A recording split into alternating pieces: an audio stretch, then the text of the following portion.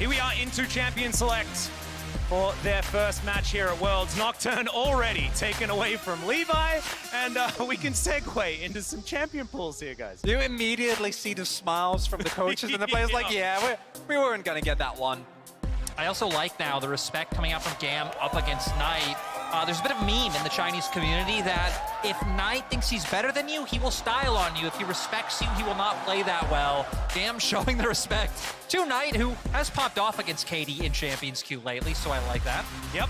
Silas is also like pretty busted right now, so I think it's just worthy Double of a whammy. minute just in general. Exactly. Caitlyn not going to be seen. I really like the Aatrox, but I find it weird that it's banned on the blue side, and we'll have to see what Top Esports have in mind for that first pick, because the Maokai has been taken away, and I was taught by James Dash Patterson that Maokai is just the most broken champion in the history of the universe right now, and I would agree, but here is a cat. Let's see where the GAM Esports have themselves an answer for this one. I will say for the side of TS, they're also one of the teams who look incredibly happy in things like the Sivir Yumi meta. Jacula was absolutely popping off, so huge pickup for the side of TES. But now looking over to GAM, they were one of the most creative teams in the VCS. Does it get locked in? Oh, of course it does. It has to. Oh, No. Oh, no. I'm sorry, that was me. That was that's 100% me. I believed, and then, of course, it was going to be denied.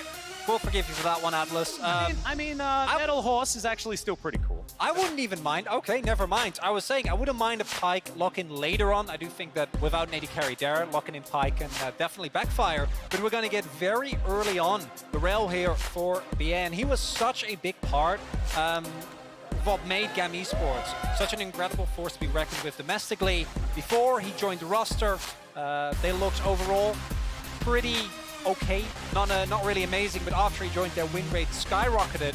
So the early prio on the rail here, very understandable. Yeah, I've seen Sivir Yumi locked in as the first two picks before.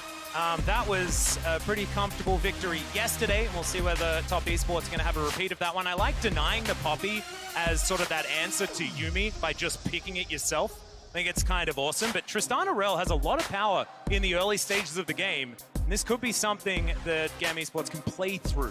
And that's what we're already looking for, right? Is them to try and set behind that bot lane coming out from the side of TS. I will say over in the VCS, GAM, we're a lot more of a team who they won't necessarily always find the early leads to go crazy like Saigon Buffaloes were doing, but they were the best team fighters in the region by far, so a lot of power there. But like you were just hitting on Atlas, the Poppy can prevent a lot of that, especially with the champions that GAM have picked up so far.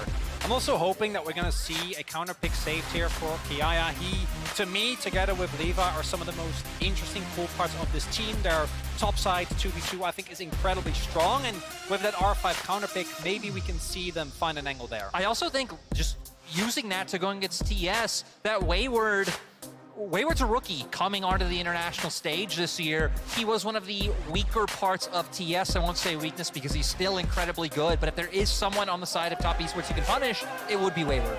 Well, we'll see whether they can do that here on the side of GAM, as we have got through the bans. It was Rise Renekton banned on the blue side. Interesting. And there's the Syndra, not quite reworked just yet. And the Azir and Akali were banned away, so not going to have those options. Goes for something a little bit more tried and true. And there is definitely, like, I'm starting to feel it, you know? Like, we just want to fight you in the mid-game all the time.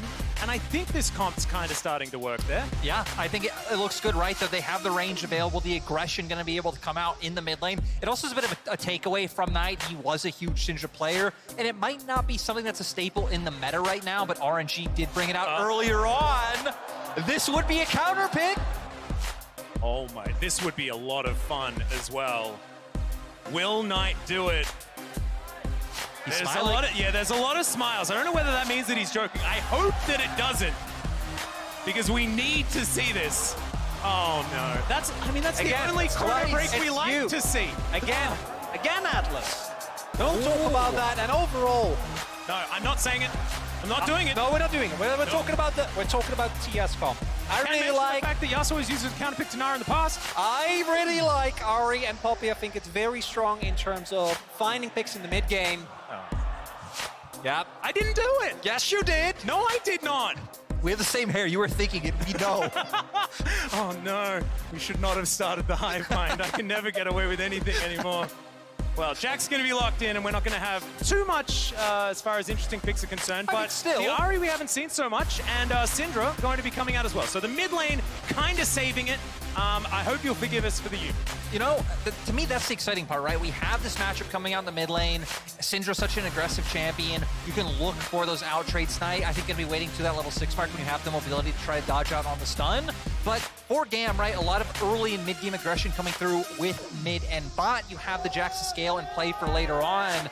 And for the side of TS, I'm very curious to see how this one works out because a bit more scaling oriented, but you still have the Ahri to set up some pick potential. And on the side of GAM, I think you want to spend a lot of time in that bot side. Tristana, Rel, incredible power. And if you can snowball those and you can continuously forward hard engages in the mid game, it can become very hard for that Sivir Yuumi to ever reach critical mass. Yeah, and that's exactly what TES need to try and do in this game, right? It's about weathering the storm to allow those ricochets to just destroy the entire team. Whereas over the other side, I mean, theoretically, if you start drawing a beat enough, Tristana can also scale very, very far into the game.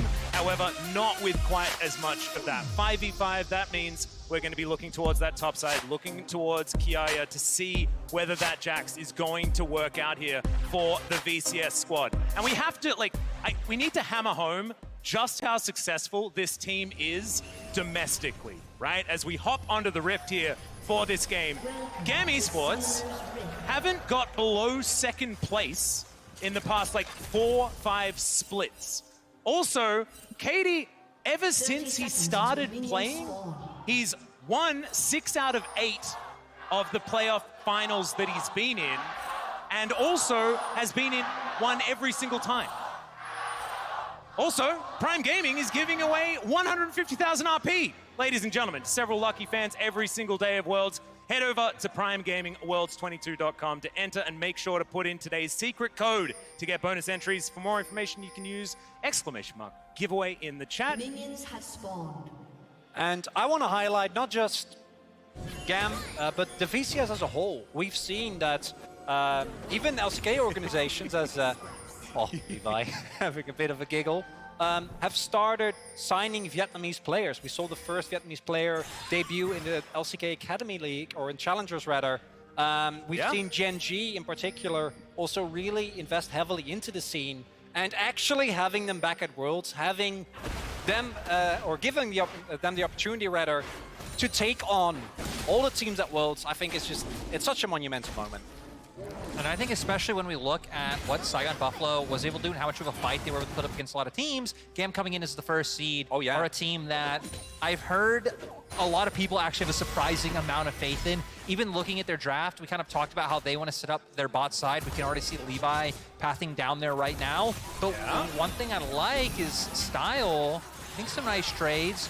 GAM, I think, already setting up for this. You can see Katie just putting that ward down towards the bottom side. And the crash this action isn't going to stop. Yeah, exactly. And I know, like, it's not necessarily a play-by-play moment, but it was starting to get a little bit dicey there. It was getting dicey. So I had to try and jump in as best I could. But gentlemen, no, take it back away. I'll try to be a little bit more... If you have something to say, Atlas, then feel free. No. It's about whether they've got something to play, not about whether I have something to say. I was interrupted. It was very, very rude of me. But here we are, checking out all of the lanes as Prowling Projectile being frustrating on the bottom side of the map. We're trying to avoid looking at that one too much. I think the mid lane's definitely going to be interesting because we haven't seen so much of the good old Ahri Syndra for a while. Used to be a matchup we saw a fair bit. Has since fallen off, but Levi's lying in wait as the Poro Sejuani. Tien's going to get the bad news here as the Steadfast Presence will give him some movement speed, but just waits it out. Does Levi, is this going to be a first blood solo kill? Not quite yet, as Tien's going to have to back. What are we doing? Okay, not going to blow the flash. He is going to be absolutely fine, but it looks like this red steel should come through. Levi is completely bullying and decimating the summer MVP of the LPL. Oh, he's going in? Yeah, gets the smite as well. Okay, PA's going to be coming over here also. So, yeah, GAM Esports off to a pretty good start. And it's not only that Style and BA move over, but also, notice in mid lane, Katie also making his way towards, in case there was a possible collapse, in case there was an actual fight. And early on, GAM Esports back at Worlds, and that's a pretty convincing opener. Yeah, and what was the way that this sort of, the Poppy jungle, how was that attacked last time around? It was about attacking the early game and denying the path that you wanted to take. And once again, it's going to be Levi doing it and disrupting Tien and what he wants to get done this I also think just the prep against TES individually is really good because we saw in most of their losses, if it wasn't them throwing a late game lead, it came from setting Tien behind early. But Tien now wanting to see if he can make anything happen in his own. But Katie's going to fall for it. I'm really, it's really interesting that you're like setting up TES as throwing a late game lead as Kiaya gets a little in danger, but will be fine in the end because that is. It's kind of a given that they get ahead early. So it's just about whether they throw the lead or not. But still, when the few times they did fall behind early and lose, it was about setting Tien behind. So GAM, I think, doing a great job of scouting out top esports strengths and how they like to play in the early game. Well, I mean, to TS's credit, you can't throw a lead if you don't have one. So There we go. Strategy here, guys. It's a bit of that five-head type situation. However, they do still have a lead. Largely because of just killing minions, just slightly better, although it doesn't really mean anything right now. Tune of about 100, not going to really write home about it. And with, I think particularly on the top half of the map, specifically the top and jungle 2v2, any big lead that can be found there can be very, very explosive, right? If you do get ahead on things like the Sejuani and the Jax, you can just continuously jump in, find a favorable trade, and get out again. And that 2v2, able to get the permafrost on very, very quickly, you can find a big lead for Kiaya. And as you pointed out, like, attack Wayward. Not that it's an easy task, but might also be another opening here for GAM. That's actually why I like GAM's draft just overall. Like, you can attack any lane, you can play towards jungle, set Tien behind, and looking at TES, all you can really do as Tien is kind of shadow your lanes, make sure GAM isn't able to find those opportunities, and try and play off mistakes, but they might have caught out Katie. Yeah, they in fact do. The flash immediately comes out. Tien not going to be able to get around there to influence this one, but GAM Esports is going to be able to take themselves a Drake, and it should be just the flash from the Syndra going missing. And now, that is still a bit of a disaster here for GAM, because Syndra relies on that a lot for a lot of playmaking, as Saigon Buffalo's call out there from BA, like that one a lot. Boomerang, it's come forward. They're not actually going to be able to stop the Rel from making it back to the tower. And now it is, I think, up to Levi to make sure that they keep proper track of where Tien is, because if he can find an angle on Katie, and Katie is not able to find himself a shatter, then you just kind of die. There's not a lot of counterplay, especially into an Ahri, who can go for a flash charm. Not a lot of things you can do about that, so kind of a window here for top esports and a possible way for them to really start accelerating, the way that we know that this team excels at. Especially with the fact that Knight does have the unskilled spellbook, so you can see right now having the Ignite online, even just kind of adding that little bit more threat onto Katie in the mid lane. Well, see whether he can actually capitalize. Of course, quarter of that flash cooldown has now been used up, so gonna have to get over there and start trying to do something as soon as they can. So far, if you have a look at the CS, it's only really the top lane that is really standing out to me. Style looking for a bit of a back timer here, which is why he's starting to fall a bit behind. And of course, Jackie Love and Mark laning extremely well into the Rel Tristana, which was picked into this, right?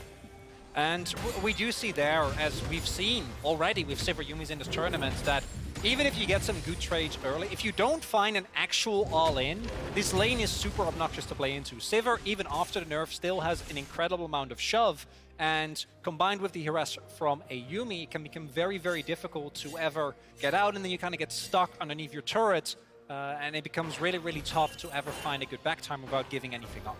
And, you know, with that, for TS playing the Sivir, I think a lot of people, like with League of Legends, you have the most recent memory in mind. A lot of people are going to think of Jackie Love with that finals and kind of the dash in, which ended up with TS losing, but he really was just standout carry in LPL Summer. But GAM, maybe looking to contest.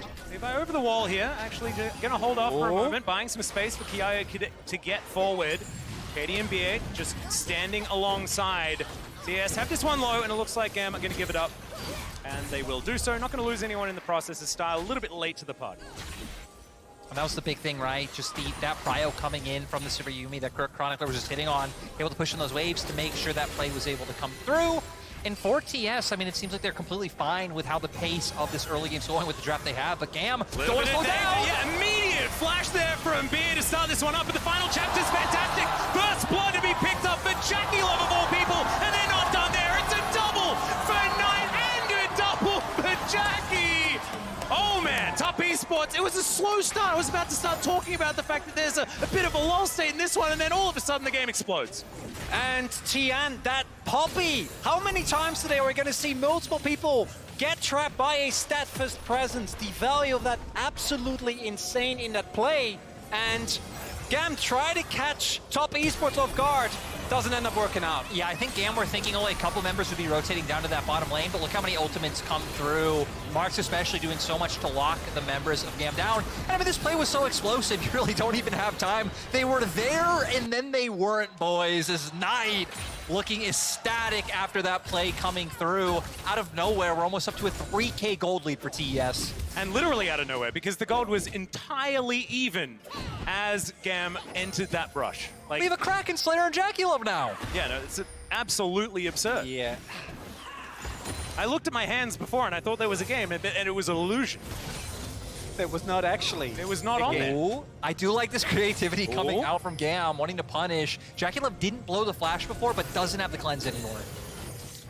I was trying to see whether the game was coming back. I was glancing at the hands, but Jack Love's got that spell shield, like you talk about. Tien's going to move on in here as well. Oh, I have a feel it, feeling boys. They know. they absolutely know what's going on. Prowling Projectile gets the news. That's a fantastic spell shield. Steadfast Presence to deny everyone any exit from the situation. Levi going to have to book it to get himself out of there. Tien just flashing forward with that heroic charge. On top of it, the double snare to come forward with the final chapter, and it's another 2 to be picked up this time for the bottom lane of TES. GAM Esports back at Worlds, and Top Esports says, hello, welcome. We're not going to give you an easy time because that was a masterful read from Top. It was great, right? I mean, again, the steadfast presence coming out from Tien. I like that they also waited Mark's ultimate able to catch people out, and now gonna get a ton of gold onto Jackie Love when this comp is built around him. You can even see on the minimap them forcing their way in, getting some vision down, and with Dragon now up on the board, I'm curious to see if Top pivot or if GAM are able to use this bit of window they have coming back on the map to try and get that one for themselves. So, Lyric, I want to go back to something you said earlier. Tell me more about Top throwing leads, because right now, it's 11.5 minutes, and I'm not seeing a lot of windows. You know, I just want to say, Game 5 LPL Finals, TS JDG, a lot of people believe TS should have won that one before Jackie Love decided to dash in pretty much the whole of JDG. This read. It was so great, right? You can just tell they had the idea that they were down here. The steadfast presence was so nice. Levi buys a bit of time with his ult to keep Tien down. We see the heal come out, and then once Mark's ult comes out, they lock 2 members down and pick up these kills quite easily. Yeah, there are just too many options, but we've got a bit of a fight here. X-Drake going to be going down very, very low. Picked up there by Tien, and now the fight is on. Steadfast Presence again getting amazing value. Wait! It's going to be taken down. It's a double kill. The resets are coming forward for style, but Knight says absolutely not today. This time, we are going to be winning this team fight, and now Katie is in a whole bunch of trouble. Nice denial there, but even the Prowling Projectile is doing way too much now that this lost chapter has been picked up, and TES are going to be able to walk away with Drake and a 1-team fight. Still, Style getting some kills on the board. I mean, for GAM, with how far they're falling behind, I feel like this is a fight you will take. You can see TS in a favorable position. The charm comes out, but BA being able to bring in Tien, we can see nice damage coming out because they aren't able to get on the Tristana, and Stell's like, hey, actually, I'm going to get in your face, but it's Knight here with the flash in to guarantee the first kill, and once again, Yumi just such a nuisance. Yeah, I really want to highlight as well. I know we always meme about Yumi and how the champion has no skill expression, but I've seen missed Yumi ultimate. Oh, yes. But not in this game, and not from Mark. Here we go again. Yep, someone's dead yet again. This time, they belong to TS as Wayward is going to fall down. His first involvement, and it's the wrong way around. However, this game is far from over, and it's still a 5,000 gold lead for TES. But I like the GAM keep pulling the trigger over and over again. And it at least sets up potentially maybe for Kiaya to get a plate here is nope. as we see Knight gonna TP to the top side to actually prevent that one. Plates are about to fall as well, so any bit of extra gold could have been nice. And now with the lead Top Esports have, I love that they're just running into nice. GAM's jungle trying to steal away these camps. But Levi gonna be able to secure that one for himself. Yep, like that one a lot. Just says thanks for the help. He's going to be able to pick that one up. So, Top Esports now pushing down this mid lane. Jackie Love does a lot of damage right now with this these first two items that are on a much faster clip than I usually see, and he's been holding on to them for quite a while. It's 14 minutes and Yeah. it's Kraken Slayer and PD. Yeah. That's where we're at right now. I mean, it's PD not is necessarily... It's kind of like two daggers crossing over, and Style also has two daggers as well. He just needs to cross them over, and he's got item parity. Yeah. It's going to be absolutely fine. Style takes half of his health bar, incidentally, from Jackie Love existing in the same lane as him. That just doesn't seem fair at all. And he's going to back away. They do have a lot of vision in this area as Wayward. Not going to be able to steal that one away once again, Levi. Fantastic ability to secure these jungle camps and scuttles, but it's just not going to be enough here to stop the tirade the TES have here towards the mid lane. Wayward able to escape this time, but yeah, just not able to find anything on the cross map. And you already mentioned that, Atlas. I do want to highlight again the fact that GAM keeps looking for openings is very good, because if you don't do anything, I know we meme a lot about Top Esports and their ability to throw leads, but in a situation like this, if you just let the game go its normal course, it's never going to happen. Like, there's just no way as Kiaya... Yeah, does manage to leap strike to relative safety, but the snare is still going to come through. Just able to hop off and counter-strike. Going to deny a little bit here as he turns, but it's not going to be enough. This Sivir is so incredibly fed. That's an Everfrost, Yumi! That's not fair! Oh For a second, I questioned myself. I was like, wait, I thought that was Jackie Love. Is this Knight? But no, Mark bringing the lockdown to make sure that any member is able to just run GAM down. And GAM still trying to find that cross map, looking to punish Wayward. But Wayward with a beautiful flash doesn't let the play come through. And sadly for GAM, Top Esports just getting further and further ahead, now even having the Rift Herald in pocket. Yeah, this is starting to get a little bit absurd, and I do really like that Everfrost adaptation. I'm glad that you guys managed to figure it out. I just assume that it's going to be Ludens these days, but I don't even bother looking at the items, and I definitely should continue to do so. As Style just trying to find whatever minions that he can. Currently they're in the mid lane as Knight wants some popcorn chickens, but he's not going to be able to secure all of them. Once again, Levi with his secure of camps working out. But GAM, I mean, they're trying to find these options. You've mentioned it before, but it just feels so incredibly difficult. There's just not a lot, because except for Wayward, as he's going to go in, but that's what I'm talking about. He still has Flash, Ghost, and his ultimate, and his stopwatch. Like, how you need to kill him basically like 5 times before you actually are able to get a kill, and that goes for everyone on TES. There's been so many, I think, really strong itemization choices, so that now, how are you ever going to find an angle as GAM? Yeah, I mean, things like stopwatches coming out, we can see in mid lane, the amount of mobility on the side of TS as well. Because I feel like ideally what GAM would want to do here is you kind of drop one lane and overload the opposite side of the map. Style almost just goes down to, once again, Alice. Jackie Love just happened to be in the same area as him, but it feels like even if GAM do drop, let's say like bot wave, overload mid, that with things like Yumi ult, Sivir ult coming out, flashes up, that they just won't be able to guarantee the lockdown on TS's members to find the picks.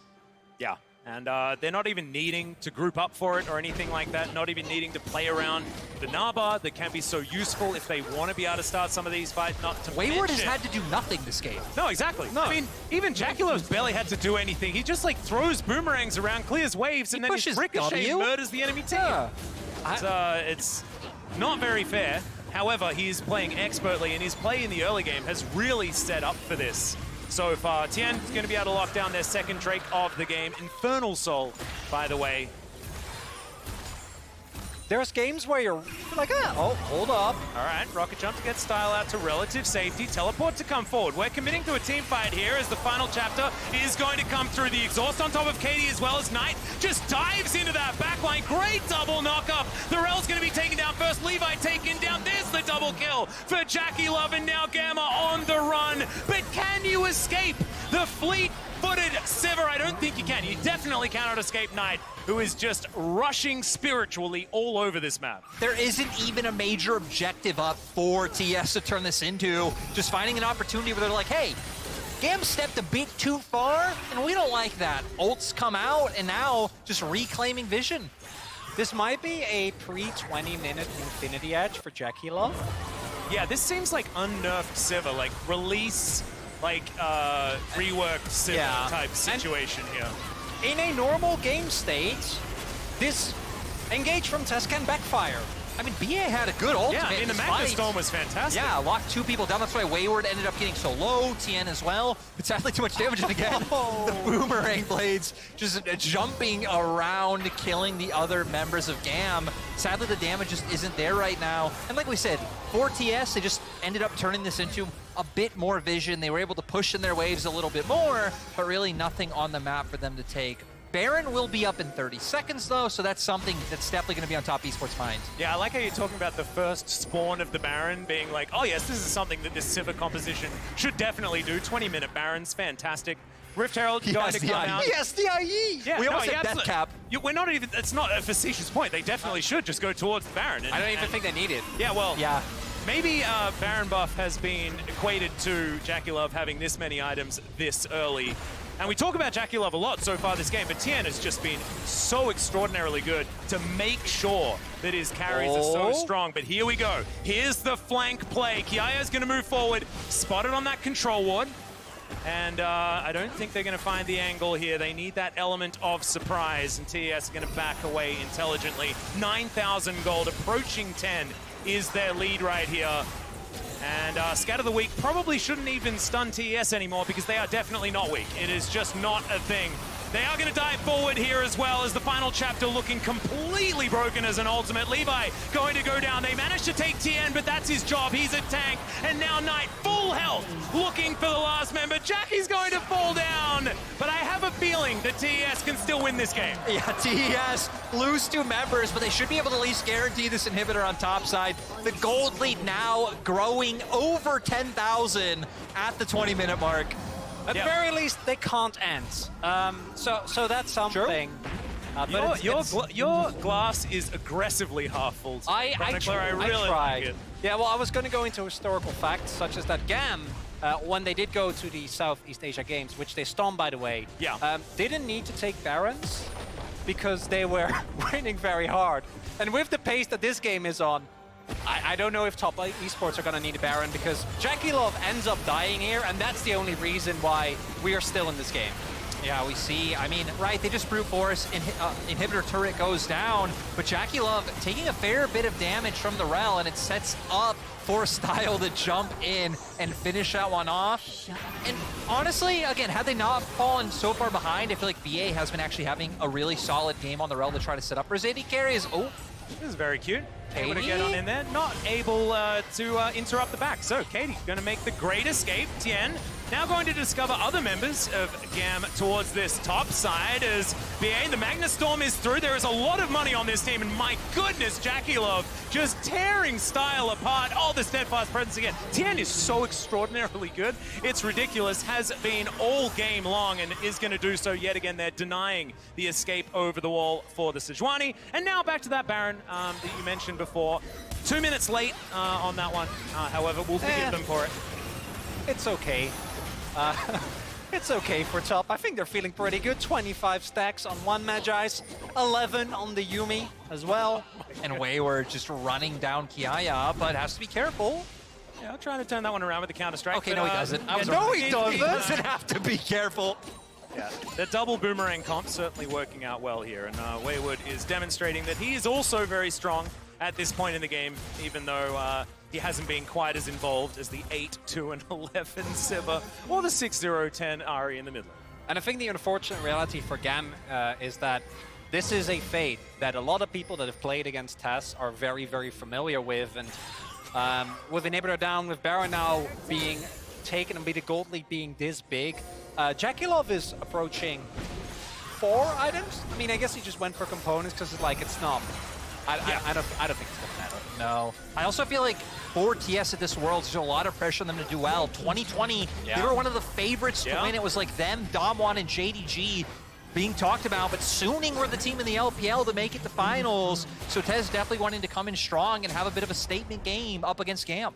Yeah, it was another one of those sort of, it was a sad situation as well, given the fact that it was a lot of LPL over one side of those knockout brackets and a lot of LCK over the other. We really want to see more of these matchups. We will get more of them as the tournament goes on, and see whether JackeyLove's going to be able to continue his dominance against the other teams in the group. But for now, they're going to be pushing down this bottom lane, looking to lock down the final inhibitor that is in front of them.